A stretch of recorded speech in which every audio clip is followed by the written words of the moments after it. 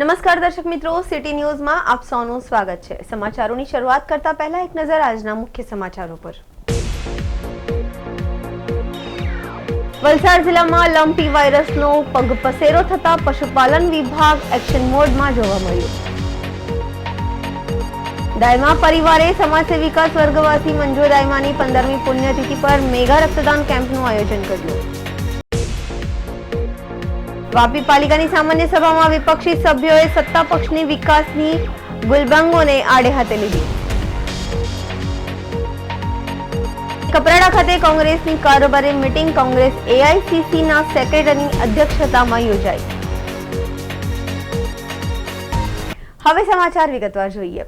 રાજ્યભરમાં લંપી વાયરસને લઈ અનેક કેસો જોવા મળ્યા છે, ત્યારે સમગ્ર રાજ્યનું વહીવટીતંત્ર આ બાબતે સાવચેતીના પગલાં રાખી બેઠું હતું। ત્યારે વલસાડ ખાતે પણ લંપી વાયરસના લક્ષણો દેખાતા તંત્રના અધિકારીઓ દ્વારા તત્કાલિક અસરથી વાયરસ વધુ ન ફેલાય તે માટે કામગીરી આરંભી હતી।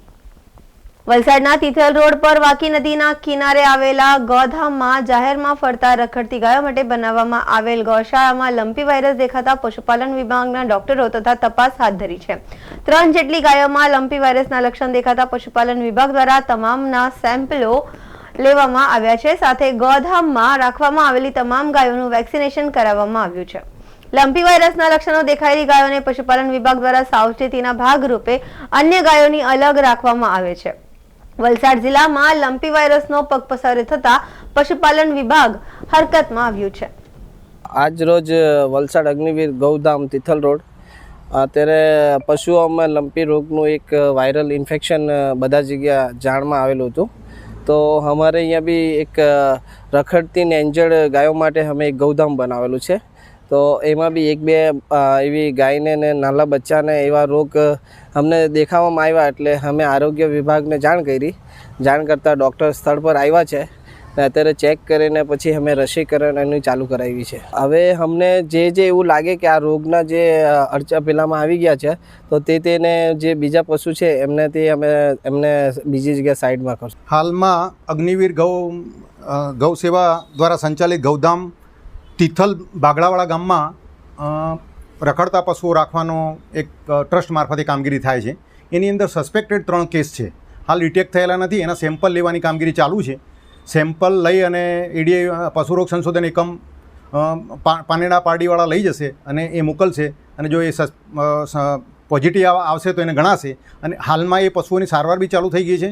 એ પશુઓને આઇસોલેટ બી કરી દીધેલા છે અને અંદાજિત ત્યાં 200 જેવા પશુઓ છે અને 200 જેવા પશુઓને હાલમાં રસીકરણ પણ ચાલુ છે। ગાયોમાં મોટાભાગે સાવચેતી એવી રીતે લેવાની હોય છે કે જે પશુને જો રોગ થયો હોય, રોગગ્રસ્ત પશુ હોય એને જુદું કરી દેવું જોઈએ। એને બીજા પશુના એનો ઓગાટ છે કે એનું લાળ છે કે જે વસ્તુઓ છે એના હવાની એને ચેપ ફેલાઈને એ રીતેની તકેદારી રાખવી જોઈએ। ઈતરડીનાશક દવાનો ઉપયોગ કરવો જોઈએ। જૂ અને ઈતરડી એને કરડીને બીજા તંદુરસ્ત પશુમાં કરડે તો ફેલાતું હોય છે, એટલે મોટાભાગે જે રોગના સસ્પેક્ટ ચિહ્નો હોય એવા પશુઓને અલાયદા કરવાની ખાસ જરૂરિયાત રહે છે। 300 જેવું પશુઓને રસીકરણ થઈ ગયું છે અંદાજિત। વાપીમાં પ્રખર સમાજસેવિકા અને પૂર્વ નગર સેવિકા સ્વર્ગવાસી મંજુ દાયમાની 15મી પુણ્યતિથિ નિમિત્તે મેગા રક્તદાન શિબિર અને નેત્ર ચકાસણી કેમ્પનું ભવ્ય આયોજન કરવામાં આવ્યું હતું, જેમાં 600 યુનિટ જેટલું રક્ત એકત્રિત કરવાનો લક્ષ્યાંક રાખવામાં આવ્યા હતા। વાપીમાં રાજસ્થાન પ્રગતિ મંડળ ચેરિટેબલ ટ્રસ્ટ દ્વારા છેલ્લા 15 વર્ષથી મહારક્તદાન શિબિરનું આયોજન કરવામાં આવે છે, જે અંતર્ગત આજે રક્તદાન ભવન ખાતે યોજાયેલા રક્તદાન અને નેત્ર ચકાસણી કેમ્પના મુખ્ય આયોજક એવા બી.કે. દાયમાએ જણાવ્યું હતું કે જીવનની સફરમાં અનેક પડાવ આવે છે। રાજસ્થાનના ગ્રામીણ વિસ્તારમાંથી વાપીમાં આવેલા સ્વર્ગવાસી મંજુ દાયમા સેવાકીય પ્રવૃત્તિઓ સાથે સંકળાયેલા હતા। વર્ષોથી તેમની ઈચ્છા હતી કે રક્તદાન ક્ષેત્રે, શિક્ષણ ક્ષેત્રે લોકોને જાગૃત કરવા। તેમના નિધન બાદ 15 વર્ષથી રક્તદાન કેમ્પનું આયોજન કરવામાં આવે છે। શિક્ષણ ક્ષેત્રે સંસ્કાર વિદ્યાપીઠ નામની શાળા શરૂ કરવામાં આવી છે। આ અંગ્રેજી માધ્યમની શાળામાં 350 જેટલી બાળકો અભ્યાસ કરે છે, જેમાંથી મોટા ભાગના એવા બાળકો છે જે પિતા વિહોણા છે, જેઓ માટે શાળા દ્વારા નિઃશુલ્ક શિક્ષણ આપવામાં આવે છે। મહિલા સશક્તિકરણ હેઠળ પણ વિવિધ કાર્યો કરી તેમના જીવનના અધૂરા કાર્યને પૂર્ણ કરવામાં આવ્યા હતા। અત્રે ઉલ્લેખનીય છે કે સ્વર્ગવાસી મંજુદાયમાં વાપી નગરપાલિકાના પૂર્વ નગરસેવિકા હતા. સમાજમાં લોકોને રક્તદાન પ્રત્યે, શિક્ષણ પ્રત્યે જાગૃત કરવાની નેમ હતી, જેની યાદમાં દર વર્ષે તેની પુણ્યતિથિ નિમિત્તે આ મહારક્તદાન કેમ્પનું આયોજન કરવામાં આવે છે. આ 15મી પુણ્યતિથિ હતી, જેમાં દર વર્ષની જેમ આ વર્ષે પણ 600 યુનિટ આસપાસ રક્ત એકત્રિત કરવાનો લક્ષ્યાંક રખાયો હતો, જે માટે વાપી, દમણ, પારડી, વલસાડ, સેલવાસના રક્તદાતાઓએ રક્તદાન કર્યું હતું. मेरा नाम राजेश दुगर, राजस्थान प्रगति मंडल का नवनिर्वाचित अध्यक्ष। हर साल की तरह राजस्थान प्रगति मंडल एक राजस्थानी पूरे परिवारों का ये एक मंडल है, जिसमें ये पूरे राजस्थानियों के सहयोग से ये राजस्थान भवन का निर्माण हुआ है। और राजस्थानी हर क्षेत्र में जो समाज में सहयोग में और हर चीज़ के अंदर, जैसे कोरोना काल हो या कोई भी चीज़ की आपदा हो, उसके अंदर राजस्थानी समाज हमेशा अक्सर और आगे बढ़ के हमेशा अपना योगदान अर्पित करता है।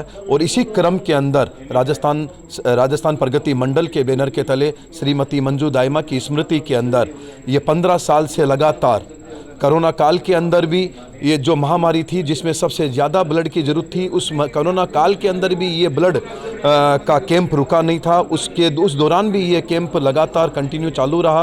और उसी तरह से क्या है कि ये जो ब्लड का चीज़ें हैं या और वृक्षारोपण हैं या और दूसरे जो सामाजिक कार्य हैं, उसके अंदर राजस्थान प्रगति मंडल अपना बढ़ चढ़ के योगदान अर्पित करता है। श्रीमती मंजू दायमा के स्मृति के उपलक्ष्य में ये 15वां ये रक्तदान शिविर आयोजित किया जा रहा है।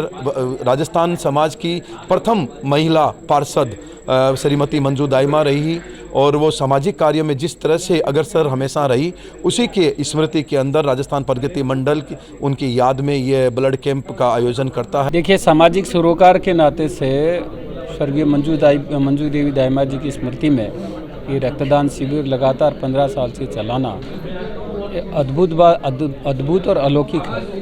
मैं इसके लिए राजस्थान प्रगति मंडल और पूरे दायमा परिवार को बहुत बहुत बधाई और शुभकामनाएं देना चाहूँगा कि समाज जीवन में सबसे बड़ी आवश्यकता कोई की है तो रक्त की हो। और रक्तदान करना, इससे बड़ा पुण्य कुछ हो नहीं सकता। ऐसे पुण्य काम करने वाले सभी वापी के लोगों का मैं राजस्थान की ओर से स्वागत करता हूँ, अभिनंदन करता हूँ। और हम लोगों को भी यहाँ आने पर एक प्रकार से रिफ्रेशर से हम लोग लगते हैं, एक नई ऊर्जा, नई उत्साह का संचार हम लोगों के बीच में होता है।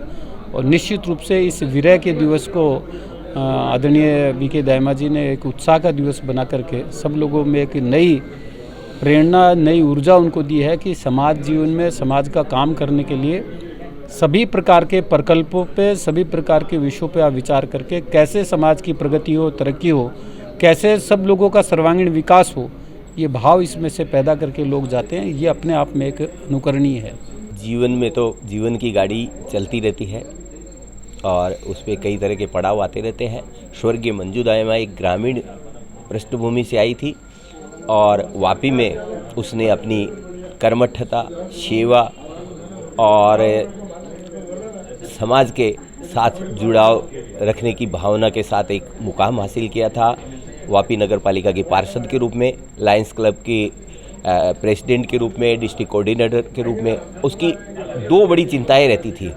एक तो रक्तदान की प्रवृत्ति किस तरह से लोगों में बढ़ाई जाए, कुछ रक्तदान के लिए लोगों को इधर रक्त के लिए लोगों को यहाँ वहाँ भटकना नहीं पड़े।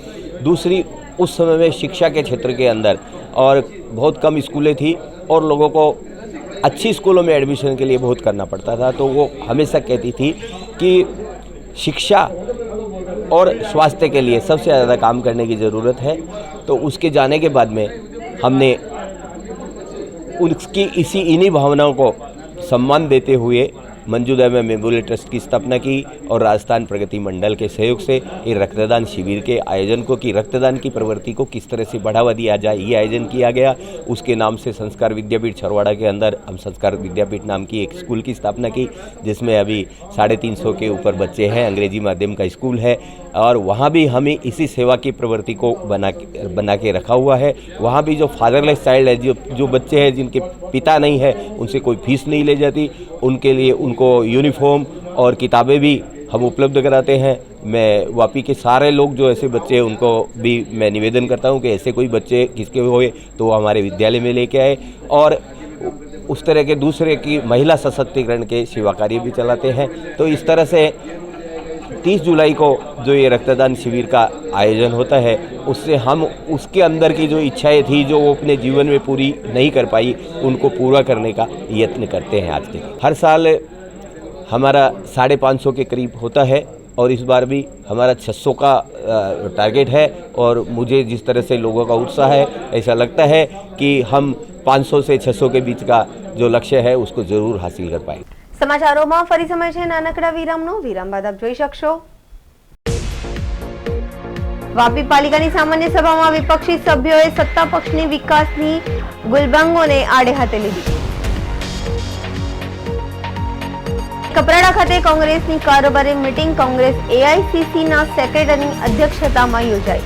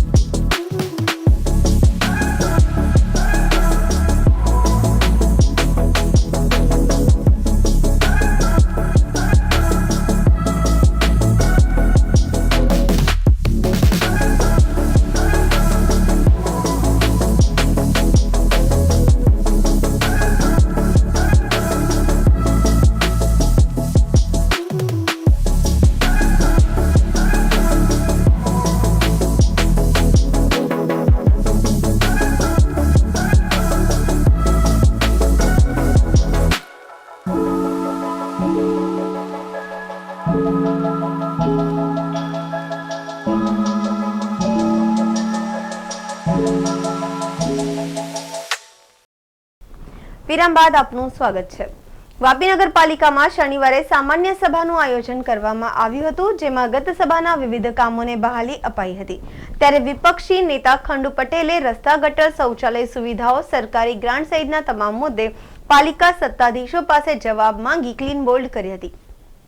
વાપી નગરપાલિકા સભાખંડમાં પાલિકાની સામાન્ય સભાનું આયોજન કરવામાં આવ્યું હતું, જેમાં વિપક્ષી નેતા ખંડુ પટેલે અને વોર્ડ નંબર 5ના કોંગ્રેસી સભ્યોએ તેમના વિસ્તારમાં રસ્તા, ગટર, સ્વચ્છતા, શૌચાલય જેવી સમસ્યાઓ અંગે વહેલી તકે નિરાકરણ લાવવામાં આવે તેવી રજૂઆત કરી હતી.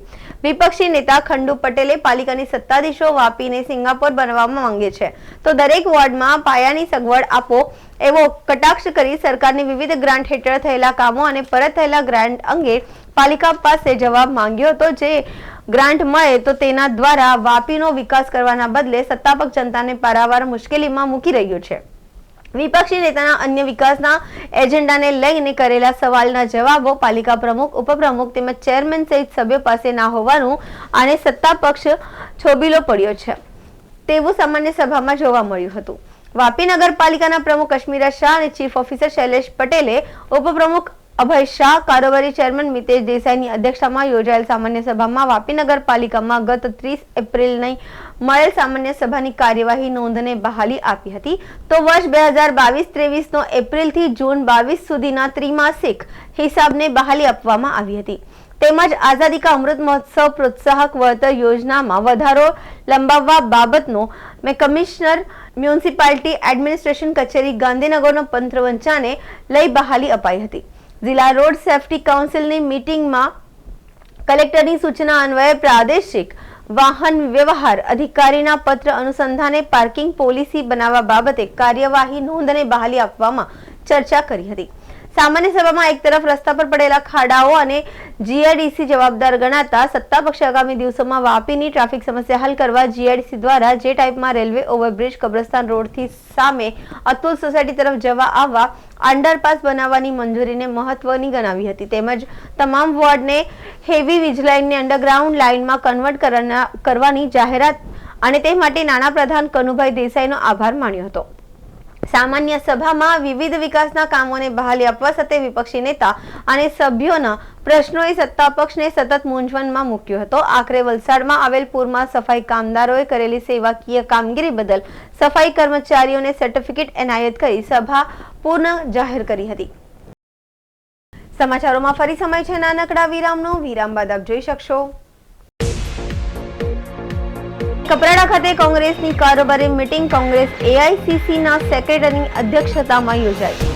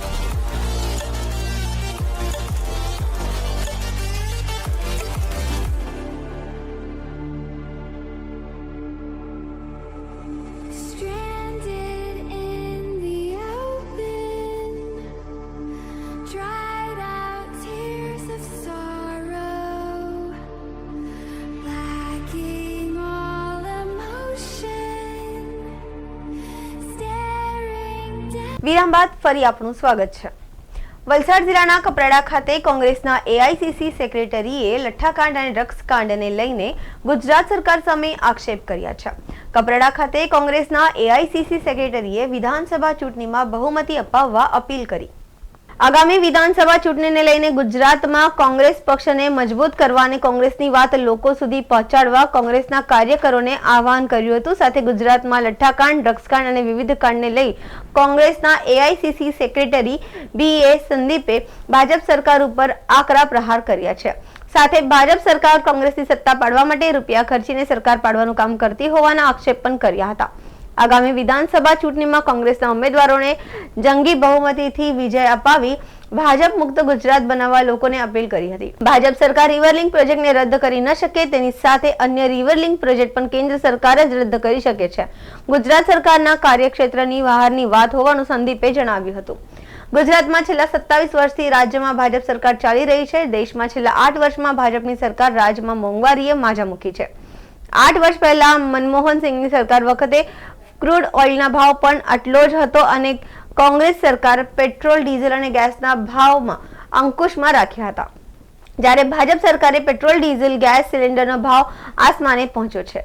આવનારી વિધાનસભા ચૂંટણીમાં દરેક ઘરે જઈને ભાજપ સરકારની નિષ્ક્રિયતા અંગે વાતો મતદારો સુધી લઈ જવા અને કોંગ્રેસ તરફથી મતદાન કરાવવા કાર્યકરોને અનુરોધ કર્યો હતો.